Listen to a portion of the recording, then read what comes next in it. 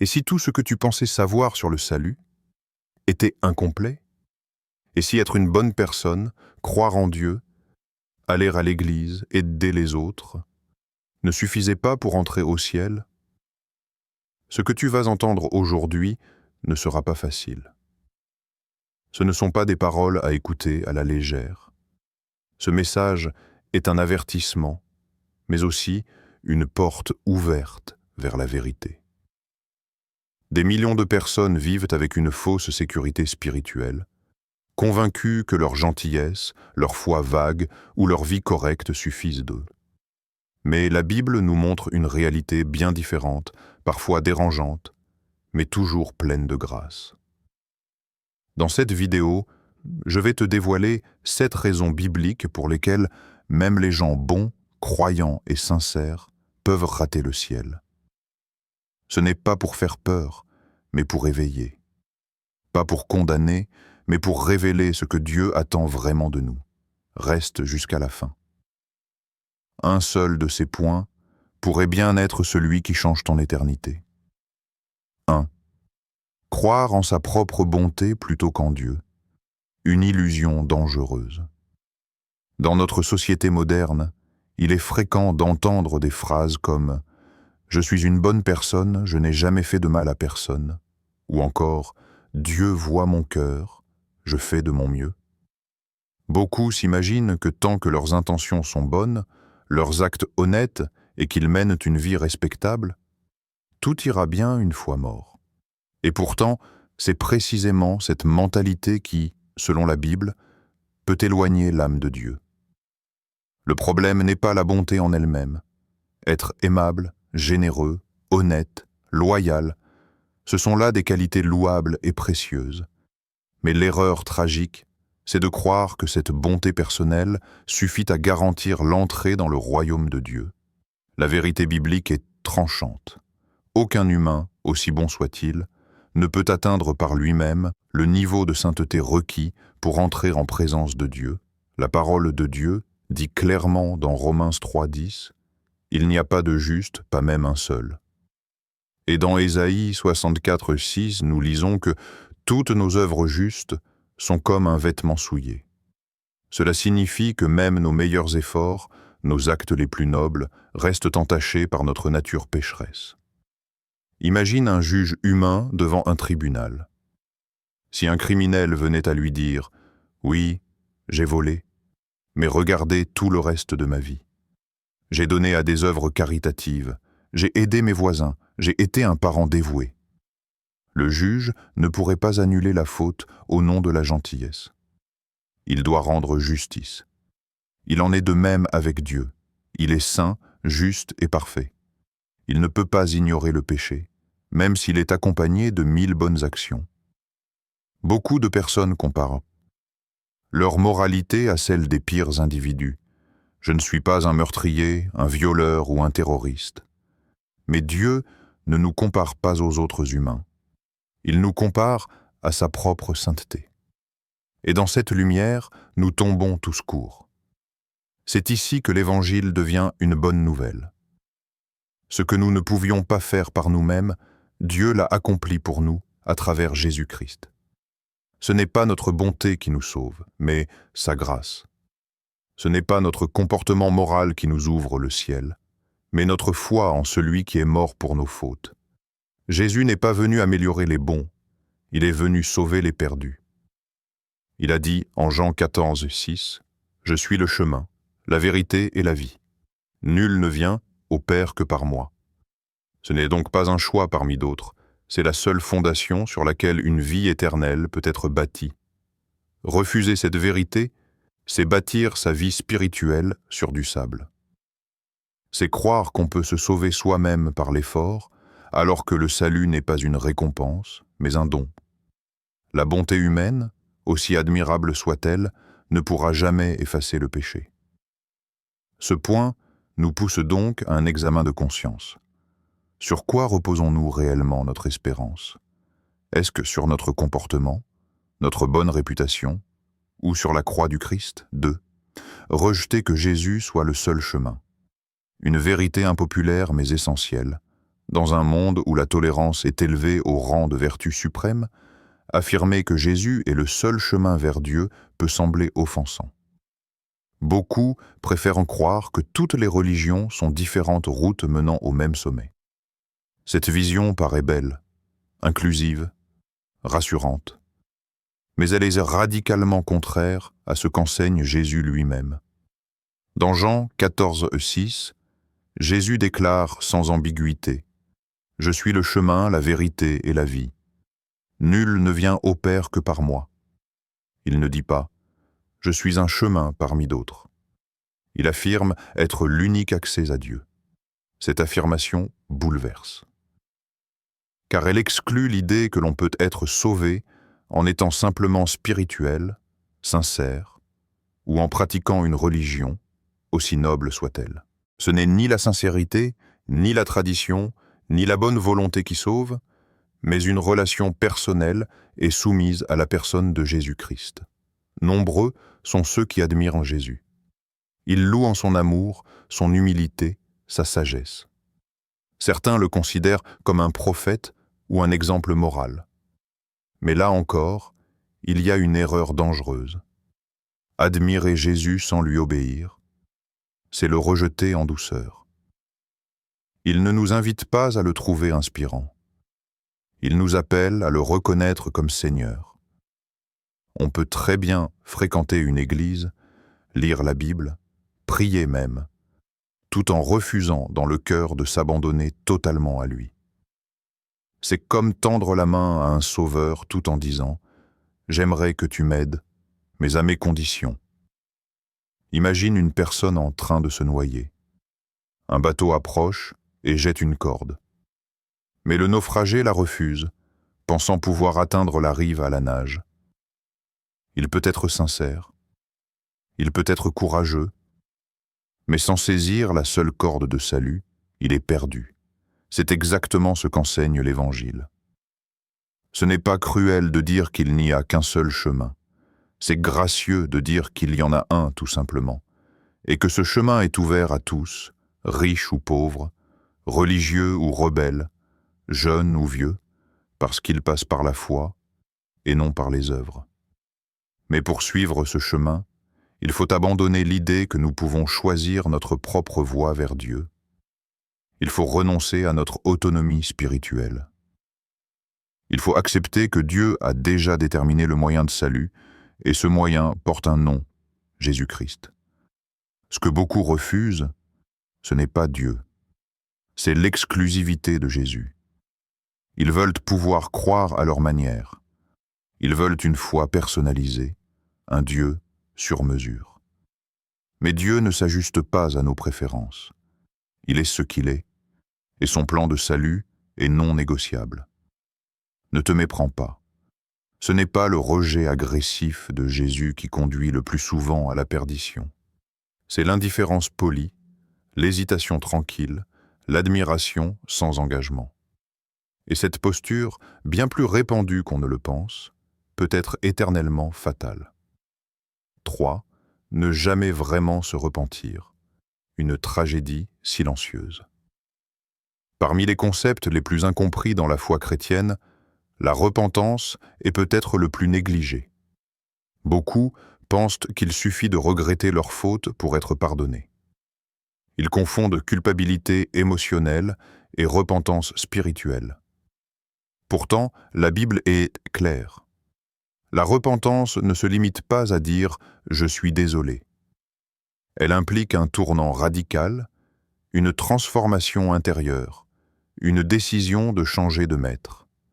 Repentir, en grec métanoïa, signifie littéralement changer d'esprit, ou plus précisément changer de direction. Ce n'est pas seulement pleurer son péché, c'est se détourner de lui et se tourner vers Dieu. Beaucoup de personnes mènent des vies respectables. Elles reconnaissent parfois leurs erreurs. Elles ressentent de la culpabilité quand elles blessent les autres. Elles promettent de faire mieux. Mais elles ne cèdent jamais vraiment le contrôle de leur vie à Dieu. Elles restent aux commandes. Elles veulent bien que Dieu les bénisse, mais pas qu'il règne. Jésus dit dans Luc 13,3 « Si vous ne vous repentez, vous périrez tous également. Ce message n'était pas adressé à des criminels endurcis, mais à des croyants religieux. Il ne suffit pas de croire que Dieu existe. Il faut lui soumettre sa vie. La repentance, c'est mourir à soi-même. C'est renoncer à vouloir plaire à Dieu par ses propres forces et se reconnaître totalement dépendant de sa grâce. C'est arrêter de justifier nos actions et commencer à les confesser. C'est dire à Dieu, « Prends tout, brise ce qui doit être brisé, refais-moi ». Malheureusement, beaucoup s'arrêtent à l'étape de l'émotion. Ils ressentent un pincement au cœur, versent peut-être quelques larmes, puis retournent à leurs habitudes, sans changement profond. Ils nettoient l'extérieur, mais ne remettent jamais les clés à Dieu. Et pourtant, la bonne nouvelle, c'est que Dieu ne demande pas la perfection. Il demande la sincérité, la soumission, la foi agissante. Ce n'est pas en essayant d'être meilleur que l'on est sauvé, mais en reconnaissant que, sans Jésus, nous sommes spirituellement morts. La repentance, c'est le point de départ d'une vie nouvelle, pas juste une émotion passagère. C'est un engagement de cœur qui donne à Dieu le droit de nous transformer, de corriger notre trajectoire et de faire de nous une création nouvelle. Alors, posons-nous la vraie question. Ai-je simplement eu des remords? Ou ai-je réellement abandonné ma vie entre les mains de Dieu? Ce point fait toute la différence entre une foi de surface et une foi qui sauve. 4. Aimer le monde plus que Dieu, une loyauté divisée aux conséquences éternelles. Il existe une forme de bonté que le monde admire. Être un parent dévoué, un collègue fiable, un ami loyal. Ces qualités, bien que précieuses, peuvent nous tromper spirituellement si elles prennent la place centrale que seul Dieu devrait occuper. L'un des pièges les plus subtils pour les croyants comme pour les non-croyants, c'est de donner à Dieu une place, mais pas la première.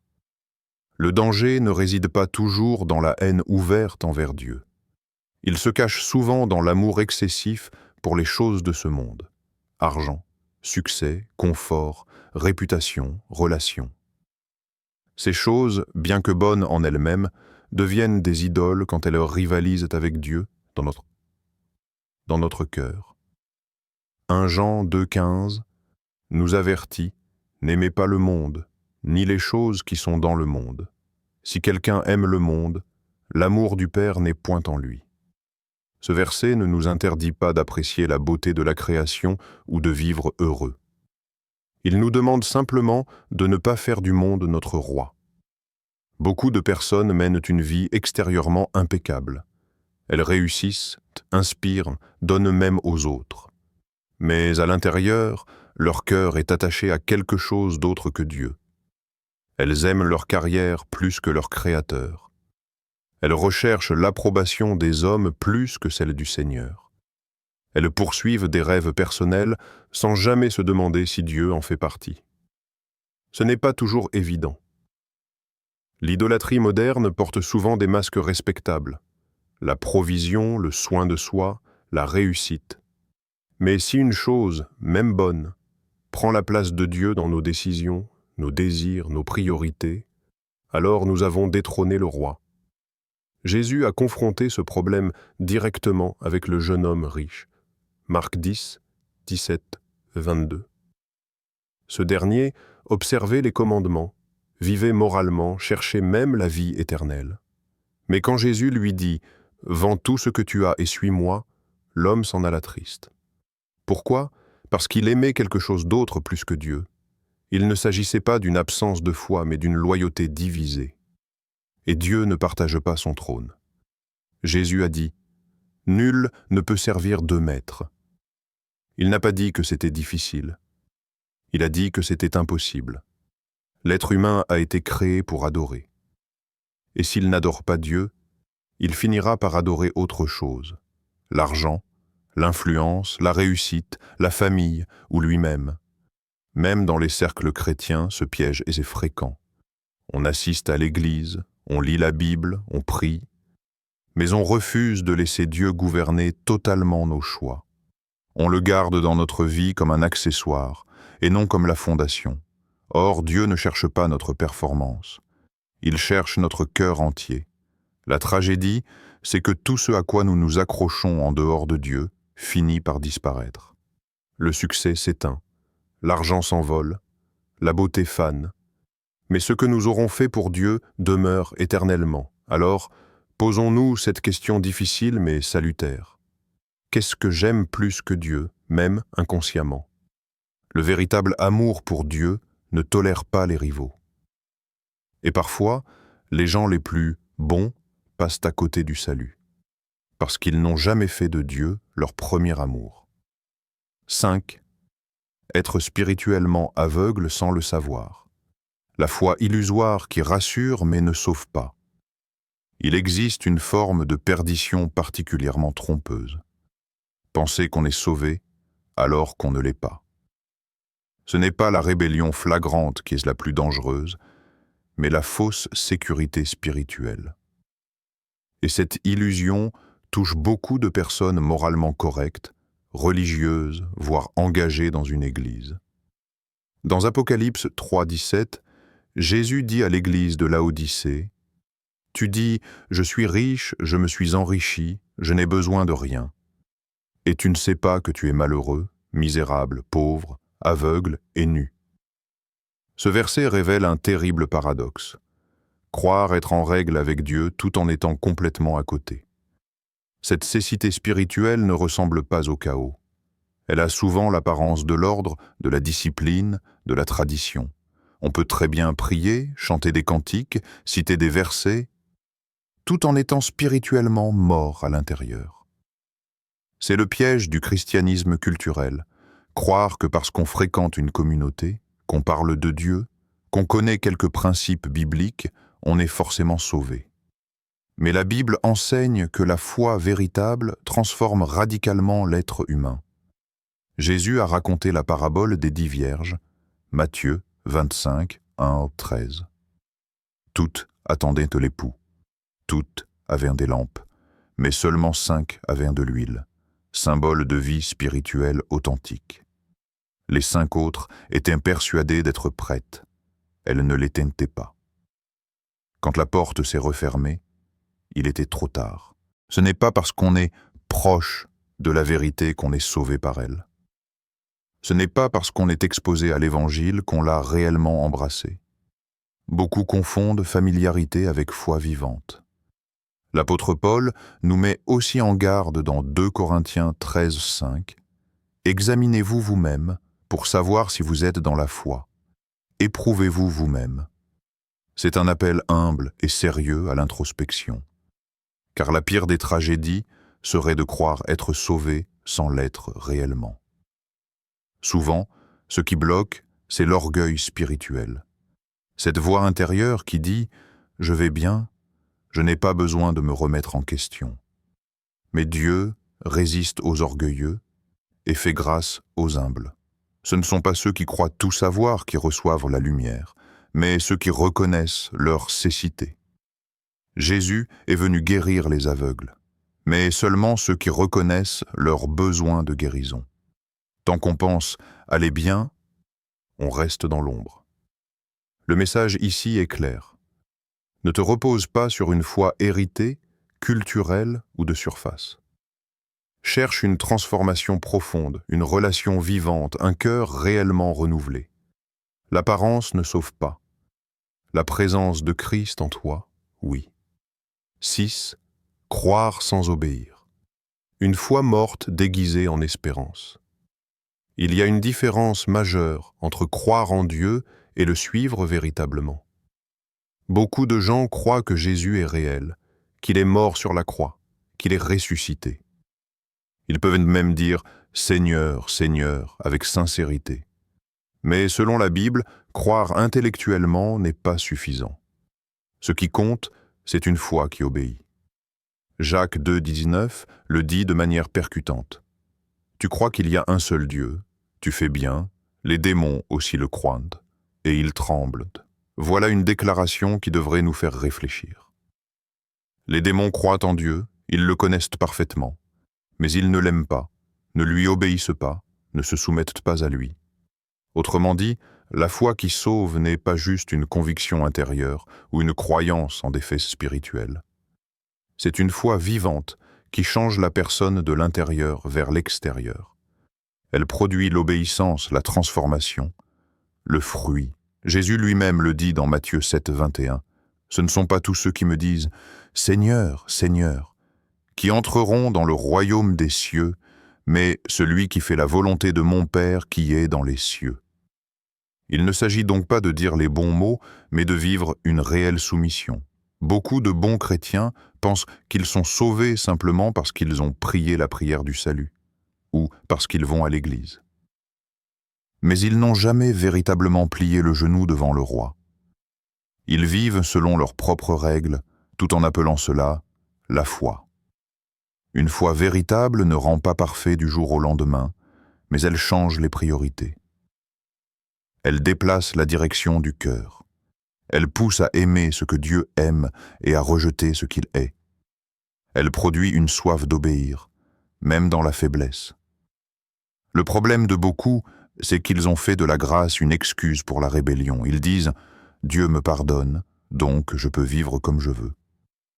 Mais Paul répond à cela dans Romains 6:1. Allons-nous persister dans le péché afin que la grâce abonde? Certainement pas. La grâce de Dieu ne nous laisse pas inchangés. Elle nous rend capables de dire non au péché et oui à Dieu. Ce n'est pas l'obéissance qui achète le salut, mais elle en est la preuve visible.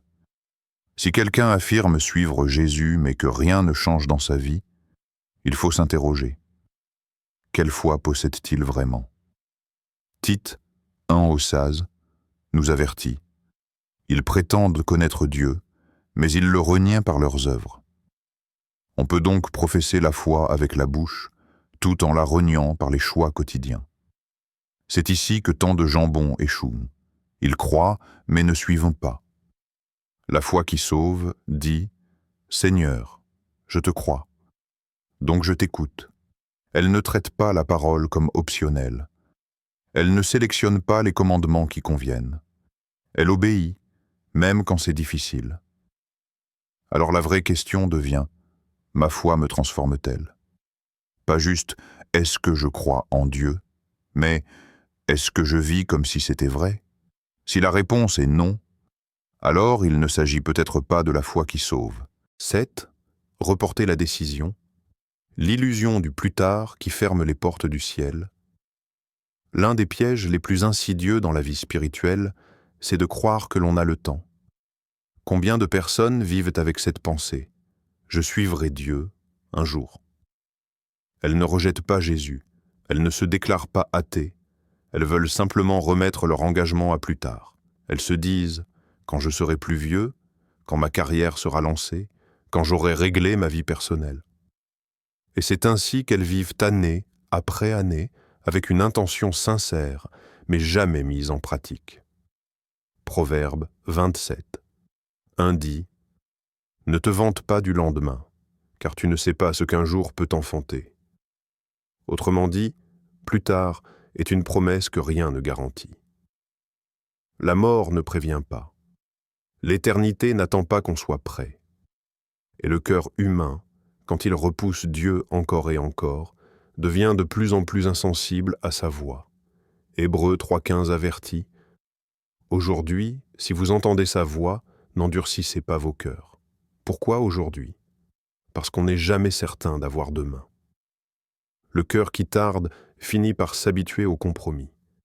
Et ce qui autrefois semblait urgent devient secondaire, puis insignifiant. Ce n'est pas que ces personnes ne veulent pas de Dieu, c'est qu'elles veulent tout sauf lui en premier. Elles veulent vivre à leur façon, explorer, s'amuser, contrôler leur destinée et garder Dieu pour la fin, comme une assurance spirituelle à activer au dernier moment. Mais la foi ne fonctionne pas ainsi. On ne donne pas à Dieu les miettes de sa vie. On ne le repousse pas indéfiniment en pensant qu'on aura toujours le temps. La vérité, c'est que repousser la repentance est une désobéissance déguisée. Dans Matthieu 25, Jésus raconte l'histoire des vierges folles qui, à cause de leur retard, manquent l'arrivée de l'époux. Elles avaient des intentions, elles étaient prêtes, presque. Mais elles sont arrivées trop tard. Et la porte fut fermée. Dieu ne nous appelle pas à une obéissance parfaite, mais à une soumission immédiate. Il ne cherche pas des gens parfaits, mais des cœurs disponibles aujourd'hui. Le danger de retarder la soumission, c'est qu'on finit par ne jamais y venir. Le « je ferai ça plus tard » devient « je ne l'ai jamais fait ». Et l'éternité ne laisse pas de place à l'excuse ou au rattrapage. La plus grande tragédie, ce ne sont pas ceux qui ont rejeté Dieu violemment, mais ceux qui ont hésité doucement, jusqu'à ce qu'il soit trop tard. Tu viens d'entendre 7 vérités puissantes, et peut-être inconfortables. Si tu t'es reconnu dans l'un de ces points, ne laisse pas la peur ou l'orgueil t'éloigner. Dieu ne cherche pas des gens parfaits, mais des cœurs humbles, vrais, prêts à se tourner vers lui. Ne repousse pas ce moment. Choisis aujourd'hui d'aligner ta vie, non sur ce que tu ressens, mais sur ce que Dieu dit. Et si ce message t'a interpellé, partage-le à quelqu'un. Ça pourrait changer sa vie. Abonne-toi à la chaîne si tu veux recevoir plus de contenu profond, biblique, sans compromis, mais toujours plein d'espoir. Et surtout, souviens-toi, ce n'est pas ta bonté qui t'ouvre le ciel, mais ta foi vivante en Jésus-Christ. À très bientôt. Et d'ici là, marche avec vérité, avec foi et avec courage.